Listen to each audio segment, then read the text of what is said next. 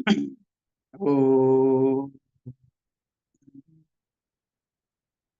विश्वानि देव सवितर्दुरितानि परासुव यद्भद्रं तन्न आसुव। ओम शांति शांति शांति। वसुदेवसुतं देवं कंसचानूर्यमर्दनं देवकी परमानंदं कृष्णं वंदे जगद्गुरुं। श्री सद्गुरुदेव भगवान की जय। प्रस्तुत श्रीमद् भगवद गीता का 18वां ने 14वां अध्याय और 18वां श्लोक चल रहा है। यहाँ उसकी सत्व रज और तम की गति बता दी कि किस तरह उनकी गति होती है। ऊर्ध्वम गच्छन्ति सत्वस्तः मध्ये तिष्ठन्ति राजसः जगन्य गुण वृत्तिस्था अधो गच्छन्ति तामसः। यहाँ देखा कि सत्व गुण वाले किस तरह स्वर्गलोक को प्राप्त करते हैं और मध्य तिष्ठन्ति राजसः जो व्यवहारिक कार्य कर रहे हैं, चल रहे हैं, पारमार्थिक कार्य को उद्देश्य न बनाते हुए संसार के कार्य को ही महत्व जो दे रहे परिपूर्ण, उसकी गति संसार में ही होती है।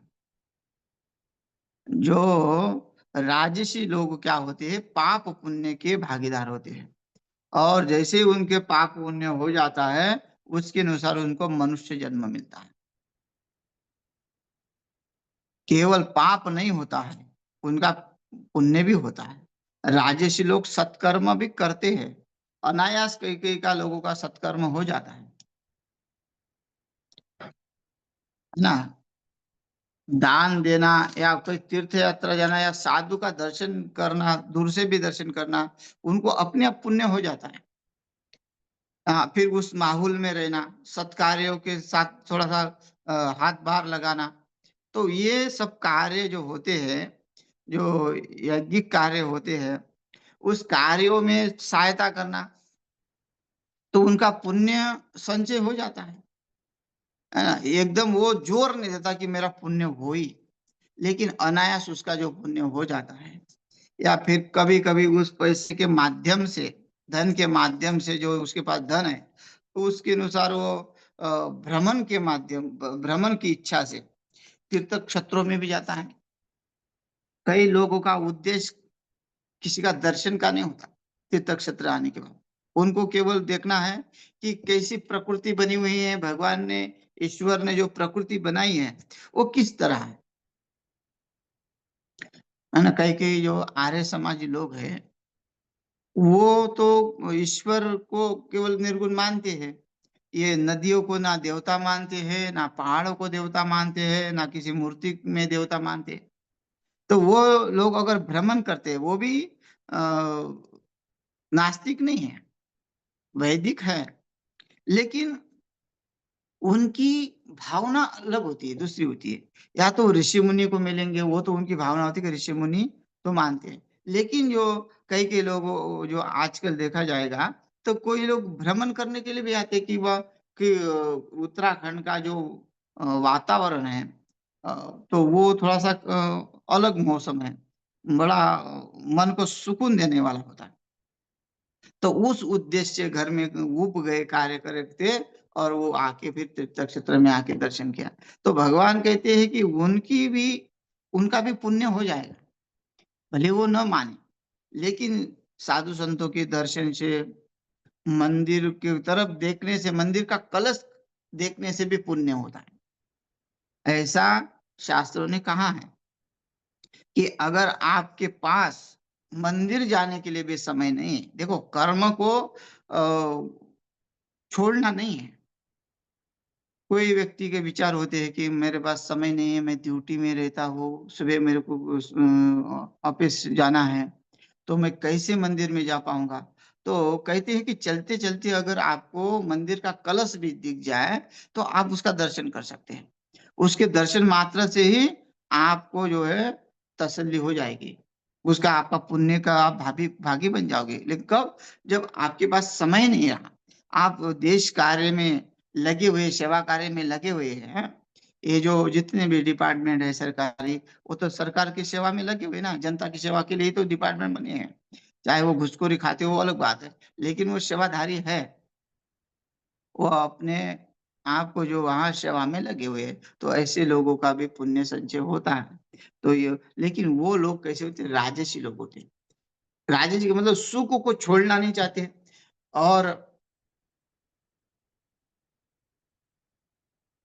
दुख उनको चाहिए नहीं। स्वर्ग की भी चिंता नहीं करते, मोक्ष की भी चिंता नहीं करते, लेकिन संसार के सुखों की पूर्ण रूप से चिंता करते हैं। तो उसके लिए भगवान है ये भी मानते हैं। भगवान भगवान है, इसलिए वो व्यवहारता में जो भी धार्मिक कार्य होते हैं उसमें भाग भी लेते हैं। जैसे आजकल गणपति नवदुर्गा ये सब जो है लोग बैठते हैं, तो उसमें भी वो भाग लेते हैं। तो कहने का तात्पर्य यह है कि जो राजसी लोग होते हैं संसार के कार्य में लिप्त रहते हैं, अपने भोगों में लिप्त रहते हैं, अपने सुख सुविधा में लिप्त रहते हैं। तो वो उनकी गति क्या होती है? मनुष्य ही होती है। और मनुष्य जन्म में पाप पुण्य होने से वो सुख भी है और दुख भी है। संसार का अनुभव कर रहा है, तड़प रहा है त्रिविध ताप से, आध्यात्मिक आदि दैविक आदि भौतिक ताप लगे हुए हैं। शरीर में पीड़ा हो रही है, बुखार आदि ज्वर आदि हो रहे हैं, बड़े बड़े बीमारियां शरीर में लगती रहती है। तो क्या है? वो पाप पुण्य का हिसाब है। उसका अगर पाप नहीं होता तो ऐसी बीमारियां भी नहीं होती। तो ये पाप पुण्य का हिसाब होने से वो उस ताप में झुलस रहा है ना। और अगर वो भगवान के शरण में जाए तो भगवान क्या कहते हैं? तापत्रय विनाशाय, मैं ताप का, तीनों तापों का विनाश करने वाले हुए भगवान। और ये संसार में जो राजसी लोग हैं, वो तीनों ताप से झुलसते रहते हैं। और भले ही कर्मठ है, भले ही वो जो सुख सुविधा से है, लेकिन उनके ताप नष्ट नहीं होते। वो बीमारियों से घिरे रहेंगे, या फिर किसी बदनामी से घिरे रहेंगे, किसी अ, हिंसक प्राणी प्राणी से भी डरते रहे। और अ, मतलब उनकी जो क्रिया है, आध्यात्मिक आदि भौतिक जो संसार में जो भी आदि भौतिक उनके विरुद्ध चलते हैं, उनके साथ उनका बनता नहीं, तो उनकी मानसिकता बिगड़ती रहती ना। तो वो बिगड़ती रहती, मानसिकता भी संसार में वो बिगड़ती रहती, इसलिए वो तीनों तापों से झुलसते रहते। तो ऐसे मध्य तिष्ठन्ति राजसा, ऐसे लोग संसार में जो है सुख दुख भोगते हैं, वो राजसी है। जो सुख का अनुभव कर रहे हैं वो दुख का अनुभव कर रहे हैं, ऐसे लोग। फिर और जो मनुष्य घोर पापों में ही डूबा हुआ है, इसी प्रकार किसी कहीं भी श्रद्धा नहीं है,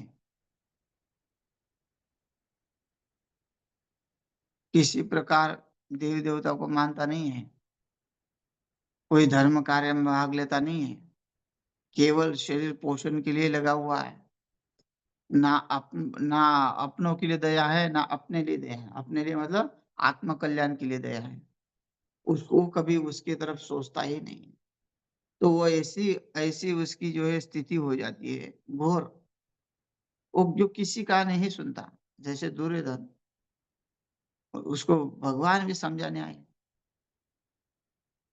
भगवान समझाने आए, लेकिन वो नहीं माना। तो वैसे वो किसी को नहीं मानता, वो चाहता तो भगवान को मानता। विराट स्वरूप दिखाने के बाद भी, अच्छा बड़े बड़े महापुरुष थे, बड़े गुरुजन थे, और जब गुरुजनों का नहीं माना तो समझो वो बहुत बड़ा अपराधी है। तो कहते हैं, जघन्य गुण वृत्तिस्ता, जो जघन्य गुण मतलब जो घृणित कार्य है उसके अंदर बड़े बड़े, और जो निंदनीय है वो उसके अंदर गुण है। वो नामी तो है, लेकिन कैसा है? बदनामी है,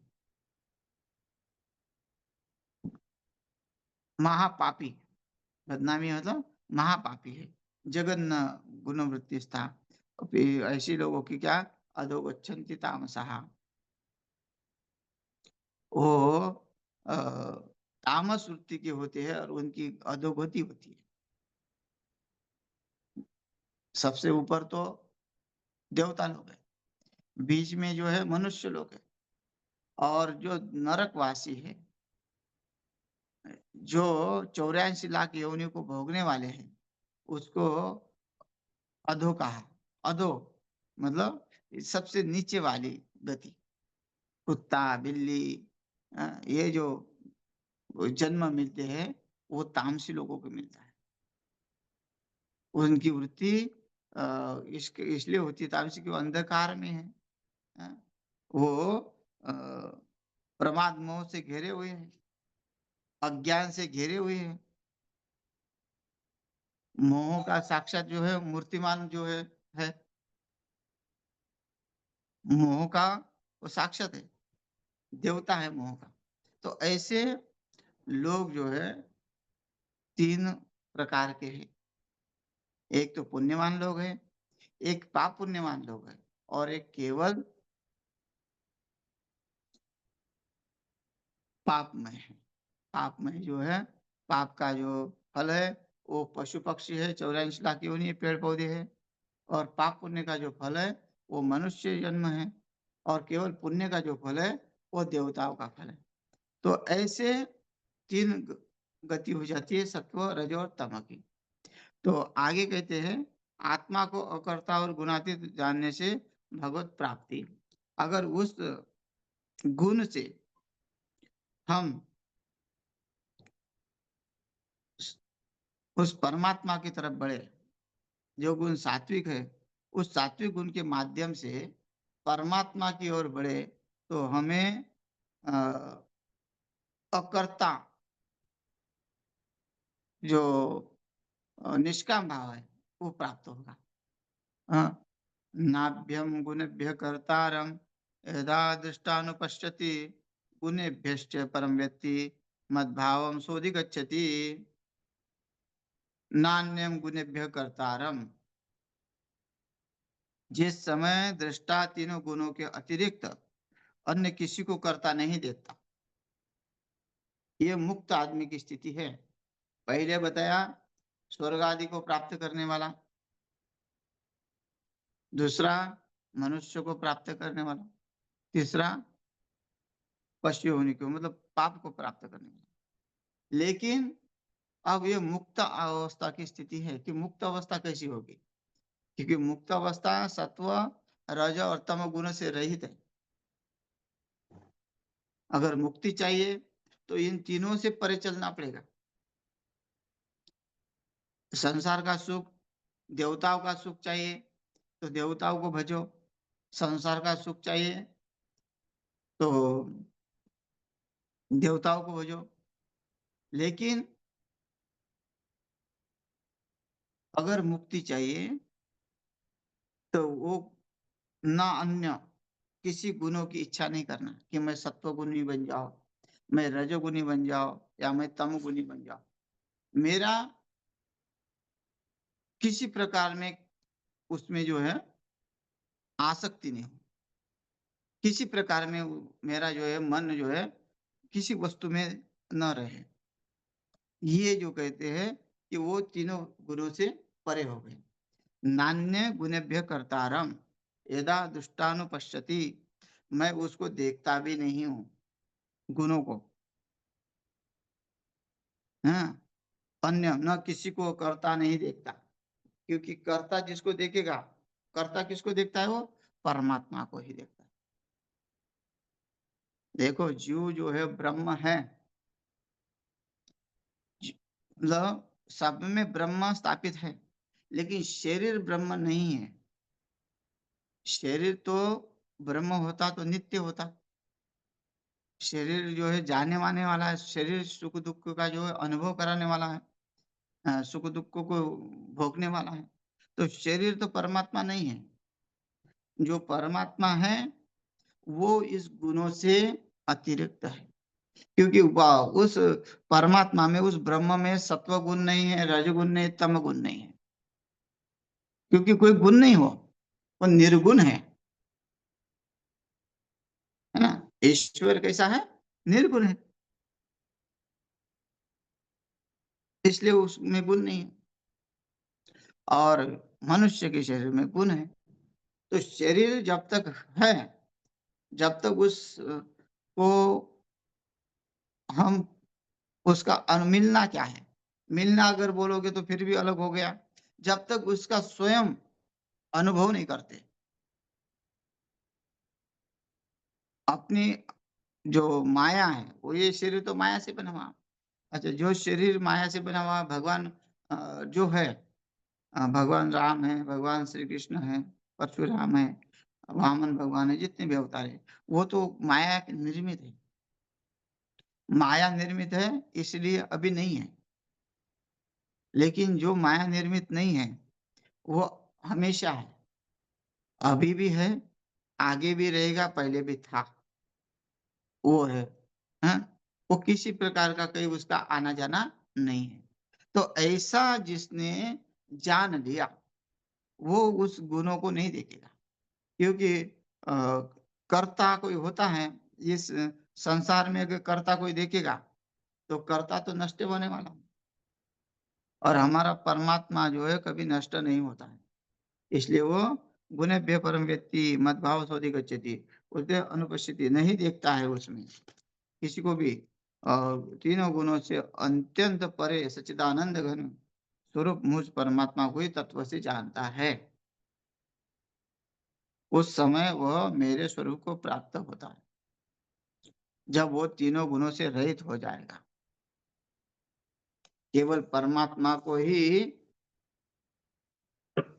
मानेगा। परमात्मा अपने स्वयं आत्मा को, कि मैं सब में स्थित हूँ, फिर मैं भी चला जाएगा।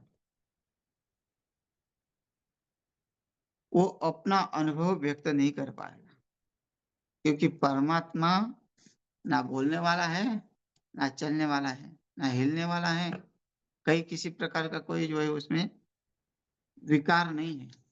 अगर बोलेगा, है ना, इसलिए तो भगवान ने वेद रूपी जो वाणी लिखी है, वो वो सबके माध्यम से बोलता है। ऐसा नहीं कि ये कि में ही बोलेगा, नहीं, वो सबके माध्यम से बोलता है। इसलिए वो सच्चिदानंद घन है, और उसके स्वरूप को प्राप्त करना ही जीव का परम लक्ष्य है। लेकिन क्रम क्रम से एकदम जो है आप सत्वगुण से तमोगुण से रजोगुण में, रजोगुण से सत्वगुण में नहीं जाएंगे। जब तक प्रयास नहीं होगा, तब जब तक तड़प नहीं होगी कि मैं कौन हूँ, स्वयं को जानने की जब तक इच्छा नहीं होगी, तब तक ये भाव प्राप्त नहीं होगा।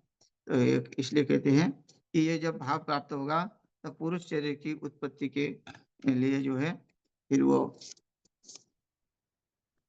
चलता रहेगा, उसकी उसकी उत्पत्ति होती रहेगी, अगर वो भाव नहीं बनेगा। तो इसलिए मेरे स्वरूप को प्राप्त होता है जो तीनों गुणों से रहित है। वो बोलते हैं गुणानेतानत्यन्द्रिन् देहि देह समुद्भवान् जन्म मृत्यु जरा व्याधि जन्म मृत्यु जरा दुःखैर विमुक्तो अमृतम अश्नुते। गुणानेता, गुणान एतान इति, गुणान एतान अतीत्य तीन देहि देह समुद्भवान् जन्म मृत्यु जरा दुःखैर विमुक्त अमृतम अश्नुते। ऐसे कहते हैं कि देही, देही मतलब जो पुरुष, और देह समुद्भवान शरीर की उत्पत्ति के कारण रूप, एतान मतलब तीन, इन तीनों गुणों से सत्व रज और तम तीनों गुणों का उल्लंघन करके, अतिथ्य उल्लंघन करके जन्म, वो जन्म से बच जाता है, मृत्यु से बच जाता है, वृद्ध अवस्था से बचता है, और सब प्रकार के दुखों से मुक्त होता है। कौन? जो तीनों गुणों से रहित हो जाता है। ना उसका कभी जन्म होगा, ना कभी उसकी मृत्यु होगी, और ना ही वो वृद्धावस्था में प्राप्त होगा। अच्छा, ये क्यों बताया? क्योंकि मुक्त अवस्था की जो स्थिति होती है, तो मुक्त अवस्था वाला शरीर को देखता ही नहीं, क्योंकि शरीर जर्जरा होता है। शरीर जरा होने से वो आदमी को लगता है कि मैं वृद्ध हुआ हूँ, मैं थक गया हूँ। लेकिन जो केवल आत्मा में ही स्थित है,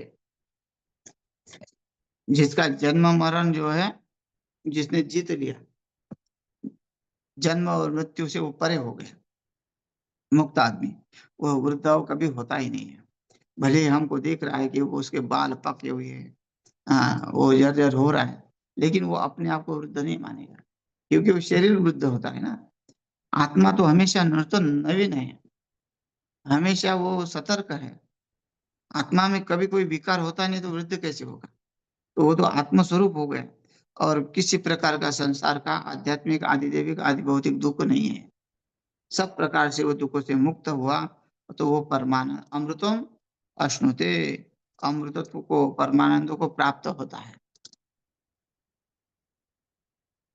उसकी गति अमृत में हो जाता है ना। बोलता है असुतो माँ सद्गमय तमसो माँ ज्योतिर्गमय मृत्युर्मा अमृतम गमय। वो मृत्यु को जीत लिया।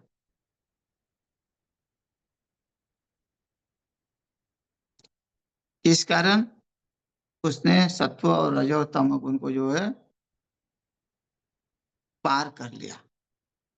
सत्व और रज तम गुण ये संसार के सुखों के लिए है, संसार के दुखों के लिए है, और देवताओं को भी प्राप्त करने वाले, देवताओं का भी सुख प्राप्त करने वाले के लिए है। लेकिन जो मुक्त अवस्था है वो इन सब से परे है।